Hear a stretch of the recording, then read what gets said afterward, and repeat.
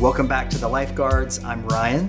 And I'm Jason. And today we're here with Dr. Milton Costa, and we're going to be talking about God's design.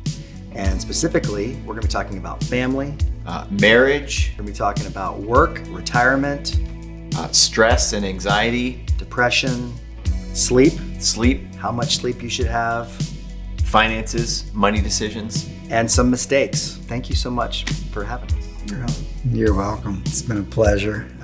It's easy for me to speak about these issues because I've lived them and they're very real to me. And so I think they're good for me. I think they're good for my family. And I think they're probably good for all that want to consume it. Absolutely.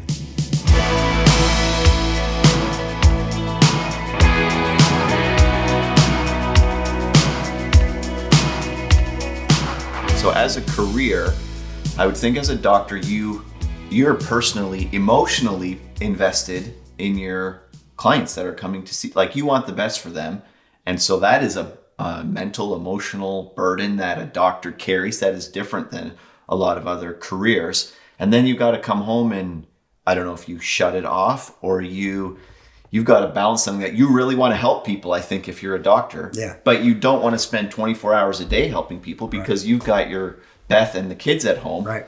So what did that, I don't know if it was a struggle or a tension or you were very deliberate about it. Talk about the balance or the... Well, and just before you say that, I mean, we think about as business owners and operators, you're always managing some percentage of your organization or company or ministry or whatever it is going well. And then some other percentage is going terrible or mediocre or whatever. Yeah. At any given time, you've got people who are about to die, just died, just not born because you're not a, pediatric doctor, but everyone's in these different phases and it doesn't stop. It doesn't. It never stops. It never stops. So how do you handle that? Yeah, for 38 years or 37 years. It's difficult. And the key for me was I couldn't care for you well if I didn't care about you. Mm. Now, some people mitigate the burden by mitigating the care. Mm-hmm. And I'm not throwing anybody under the bus because we're just different. There are excellent doctors that can see way more patients than I could in a given period of time, and they're good doctors and they care a lot. But that is a uniform problem with medicine, and it's not to infer at all because everybody's stress is real, very real. Keeps them up at night. Can undo them, can get them to a place of despair, dark places. And so a single mom waitress that is stressed is more stressed than a neurosurgeon taking out a brain tumor in a child. So I don't want to infer that other people's stress isn't significant. It is ultimately significant, so much so that they may consider taking their lives if they get it in a desperate spot. But you're right, medicine is consuming, and you have to care for your patients, and that's a word that can be used lightly or deeply. For me, it was a deep one, and so. To have some sort of life balance, we always talk about this life-work balance thing. All of us do. Yeah. Well, it's difficult for a doctor. And so these people are high achievers, always have been. And so when they go to college, they have to make a lot of good grades. They got to work really hard because they got to get into med school. They got to score well on tests. Then they get to med school. It's just another bunch of hurdles. You got to learn a lot of stuff at a high level to get into a residency, to work very high in residency. So, just to get the opportunity to work in this burden is hard. And so,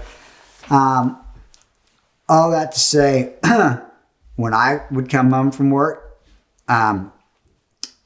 even during my most stressful times where I had some very difficult times, segments of life that 8-10 years worth that were extraordinarily personally difficult, where I didn't sleep much, God was gracious enough, and we held on to those core operations of conversation and laughter and intimacy, that my relationship with my wife never was disturbed in that. My relationship with the family and their ability to thrive was never compromised during my personal time.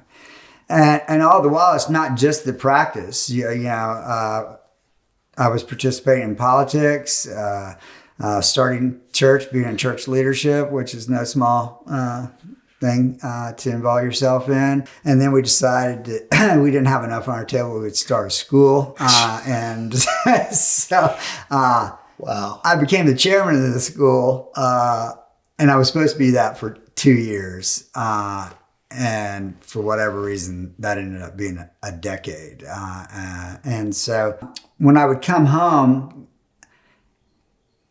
you never leave work without work being present. Not only because people could call you after hours, but you're generally never done with your documentation and responsibilities. And as Ryan said earlier, things don't just happen at your appointment. I call them mortars. And so these mortars would be like a stroke, a heart attack, a broken arm, blind in one eye, don't know what that is, and you either get that call, but that's not on your appointment schedule. Call tomorrow and see when we can get you an appointment for that thing. Fortunately, we do have emergency rooms and some of that, so that helps out a bit. But still, you're still carrying that. So again, I would come home and it would be very natural for me to want to play, for lack of a better word. Yeah. Play with the kids, be with the kids. But how did you turn that off, though? Mrs. Whoever just had a stroke. Yeah. Someone you've cared about and cared for a long time just died. Yeah. Or just found something terminal. Yeah. And then you come home and play with your kids. How do you do that? Yeah, I'll just add another layer to that. Okay. Good. It's not complex Great. It's enough not yet. enough. Okay. This is a very litigious society. So we haven't even talked about the horror of being sued for any of those things. You being complicit to the thing going wrong that led to her stroke. And so that's huge. And you had that happen. Fortunately, by God's grace and daily prayer for that particularly, over the 43 years I've been in medicine, I was never named in a lawsuit. Wow. And is that rare? That is rare. And that is worth being fearful of. Because if you do get sued for liability and malpractice, generally in this state, the physician wins 82% of the time. But even if you win, it is just... You lose. It sucks a lot of your life out of your life. And if it could be quantified, you probably lose a significant part of your life. It's tormenting. And we're reminded of that because we have to go to courses that remind us of how easily this can happen. And so that layer added in there. So now I come home to play with the kids. So back to that. How do you do it? Again, it's keeping first things first. Just depending on God's grace and His love and His kindness and mercy for me. That may sound trite to some, but it's as real as the day is long to me. I asked for it, not unlike I asked for who I was going to marry. I would ask literally to be protected, I'd ask for my patients to be protected. And I would do that separately from my quiet time at home. I would do that when I'd hit the office. The first thing I'd hit the office, I have a prayer that I would pray every day. And it was the same prayer. And I would pray for all the people at work. And I've printed it up and all. And I think we need to recognize that. Like, that is not insignificant. Yeah. Here we are listening to a smart, science-oriented career professional of 37 years, and Ryan asks what's the tool, what's the practical thing, and he doesn't give a strategy or a coping mechanism or a... He takes a shot before he comes in the front door. He says he prays literally every day in family and specifically prays for his career, and that is the tool, if you want to call it the tool. It's casting his cares on God. Like, that is a big thing. Yeah. That's a big takeaway. So that's how the day started. And sometimes I would literally get under my desk to pray on my face.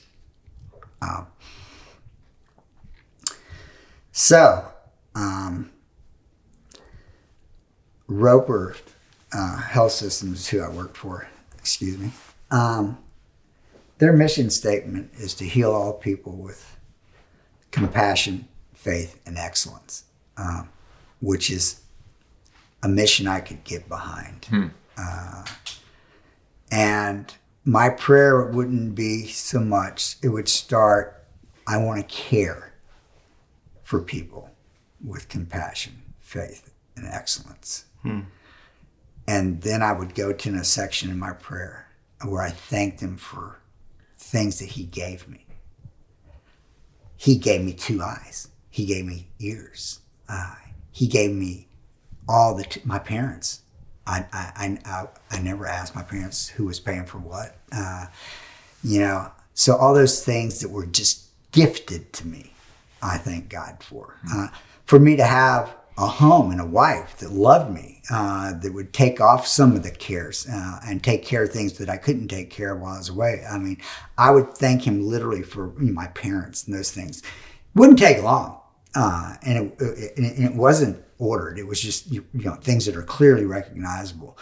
And then I would next go into thanking him for the supernatural aspect of practicing medicine. Because I can tell you, though I had knowledge and experience, there were some times that I would need a supernatural word, and that I would make a call, because you're making calls all the time, making decisions. High stakes calls. All the time. And sometimes you would just need help and supernatural help. And I would invoke that in that prayer, and sometimes while listening to somebody's back with a stethoscope.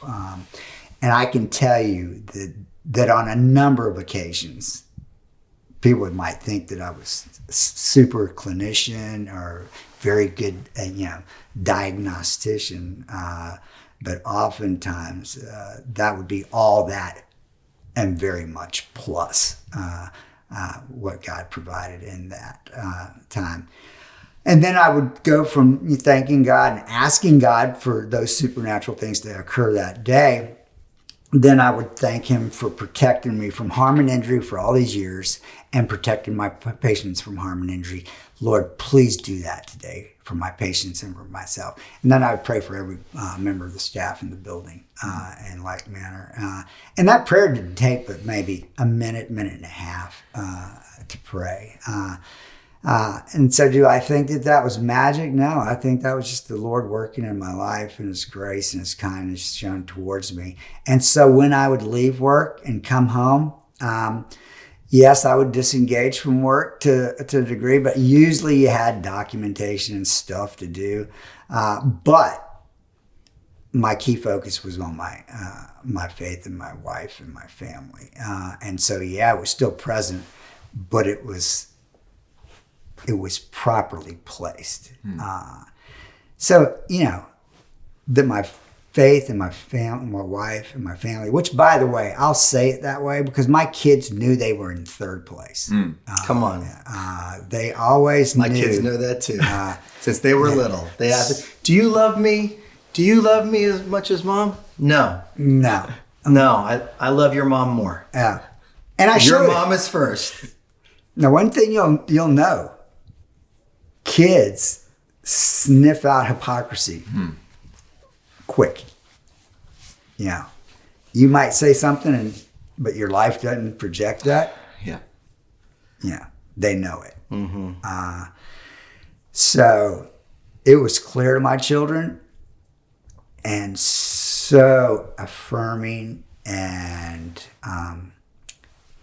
it gives them a foundation of, safety and nurturing that they would not have otherwise. Right. So, you can only fake it so long. Kids and dogs, they just sniff that out pretty quickly. They know it all already. Yeah. And so when I'd come home, I really wanted to play with the kids. But I remember the kids would ask me, a similar question. And it's like, listen, the bad guys come, they're shooting guns. I'm taking one from mom. Yeah. If it's you and you on the cliff, Yeah. So anyway, one will be with holding my wife, and one of the four of you will get the other hand, and hopefully you guys can hold hands, because that's. But for my kids, the house was a safe place. Like I can say, since I've met my wife, there's never been a moment where we didn't trust and love each other. Mm-hmm.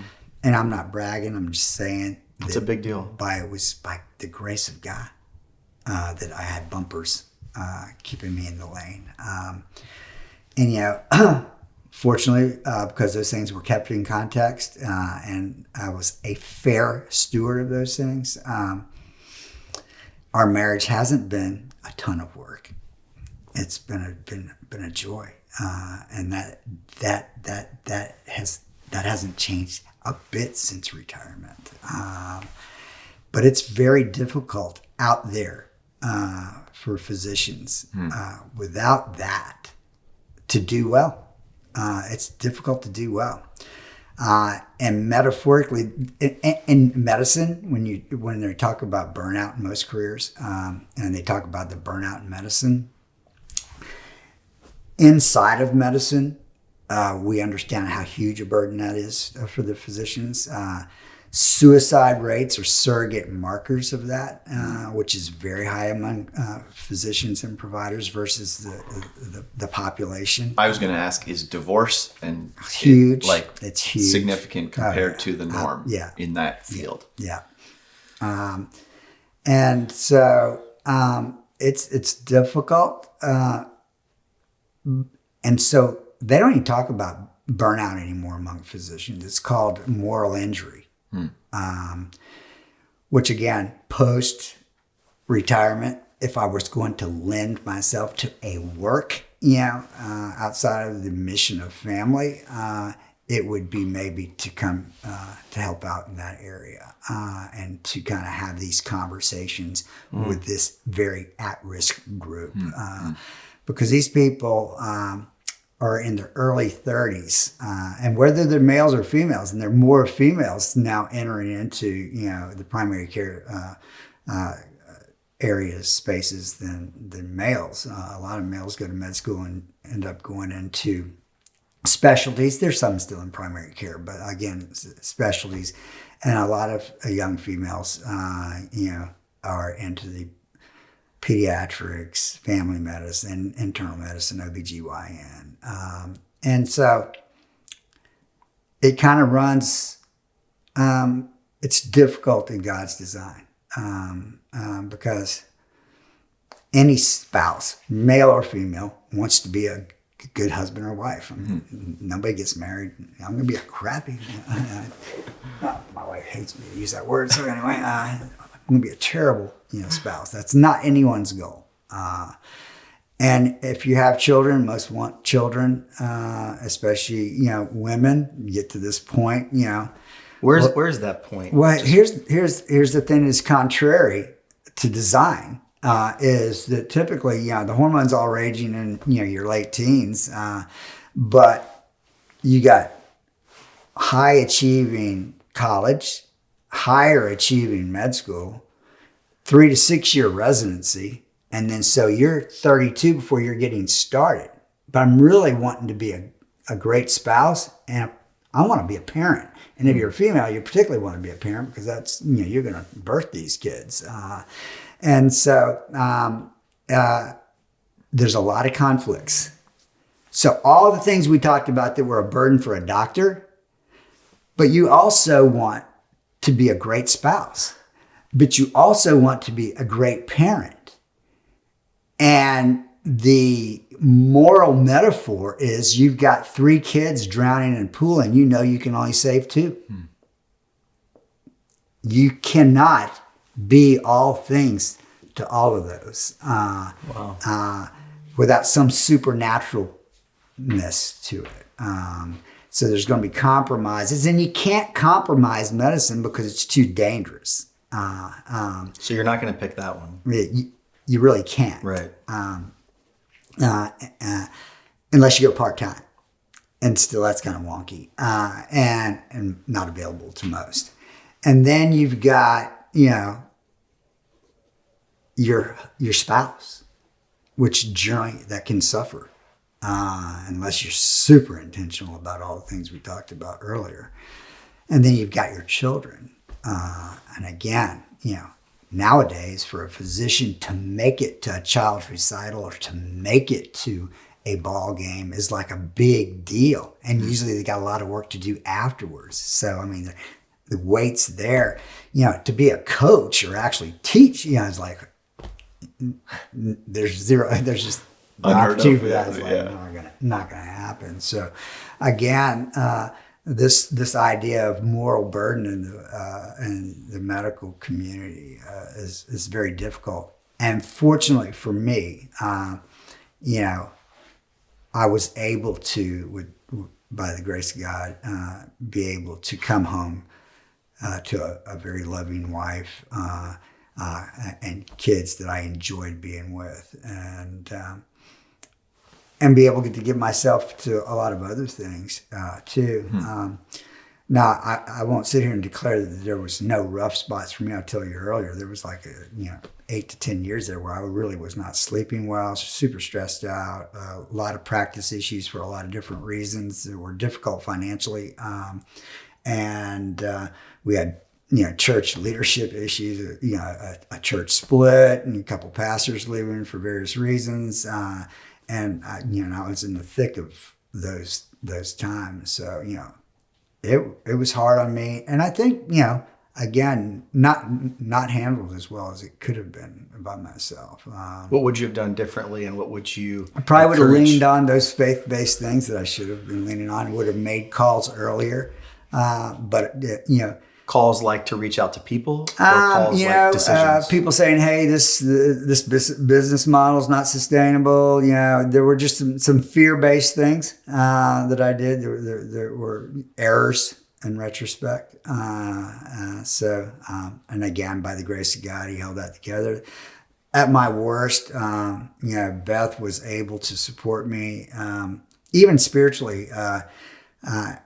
She would spoon feed me scriptures because I'd get home. Fortunately for my patients during that very, very stressful period of time, I knew that I was vulnerable, so I doubled down on being safe and careful. So relationally, I went deeper with them. And from a documentation and thought standpoint, I went double down because I knew, that I wasn't sleeping much, and that's not good for cognition. And so they prospered from that, and fortunately, it didn't get troublesome. So what changed to end that period of time? Really, something resolved, or you changed something? I did. Something resolved. You're saying 8 years. That's a long time. And that's literal. That's not like, made up number, kind of nebulous. When I said I didn't sleep, I didn't sleep. A good night's sleep would I get maybe 3, maybe 4 hours sleep. What is a recommended amount of sleep?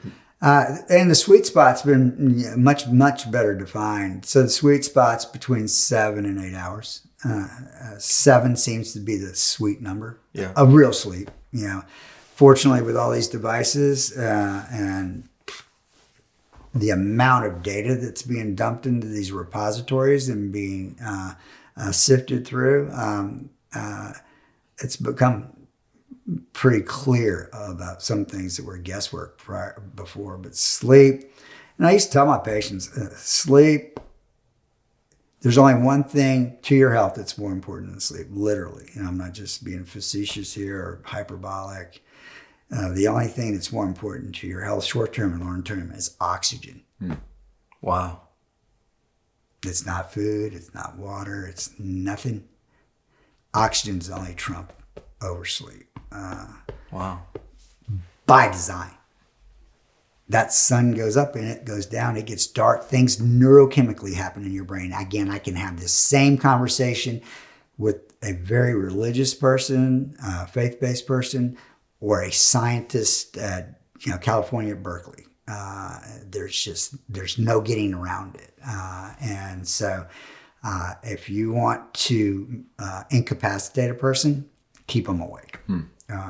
And just quickly, rapid fire, what are the effects? You start dropping below that 7-8 hour range, 6, 5, 4. Are there any analytics you could just speak to for people who are pushing the edge? Yeah, no, I only need 3 hours sleep. Yeah, that's good. just not true. So your risk for cancer, heart disease, strokes, dementia, short-term cognitive function, long-term cognitive function are all being dented. There's going to be an absolute ramification from those things. And you got cancer. How's that work? Anxiety. How about anxiety? Well, here, Depression. sleep is disrupted by stress. Okay. Okay. And here's the thing about sleep and why God talks about sleep. The psalmist talks about sleep. Is most people normally work hard, come home, eat, and they go to bed. So I always tell my patients, hey, let's frame this around a castaway on an island. You, your wife, and your kids. You're working all day to have shelter and food and water. By the end of the day, you've worked really hard to do that. You get the kids fed, you put them down, you and your wife, you have relationships, and you will fall asleep not long after dark because there is a neurochemical cascade that does happen in your brain. Everybody's brain, not just faith-based brains. Right. Everybody's brain works that way.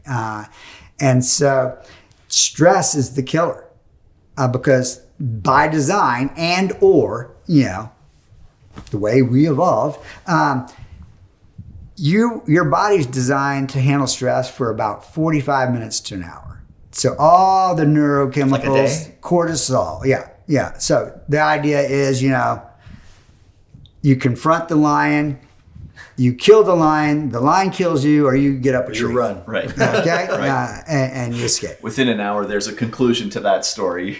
You do not want the lion to chase you 24/7. Right. Your body was not designed for it, and you will pay for it. Wow. And the first indicator, and people, I just don't sleep good. It's hard for me to fall asleep. There's some stress in your life. There just is. Stress provokes that. And so you got to overcome that and figure that out. And so that was true for me too. I mean, that's what got me. And during that segment of time, I did make some decisions, to cut things out or not take responsibility for the, Sure. because I tell people all the time, and this is a Pilgrim's Progress sort of bottom line is, and how I can come home and enjoy my wife and my kids, is I can care a lot about things, but I can't carry the burden of all those things. That's right. I can care deeply about things, but I cannot carry the burden. When Christian in Pilgrim's Progress, his whole adventure was to take that sack of rocks, which is his burden, and put them at the cross and put them down. And so I care greatly about lots of issues. I care about politics. I don't watch the news. I care about the sex slave, and particularly children's sex slave. I think it's the most evil thing on the planet. But I can't carry that. I can't carry that burden. And now, if God asks me to put my hand to something, I will. But there's lots of things to care about deeply as a Christian, one another primarily.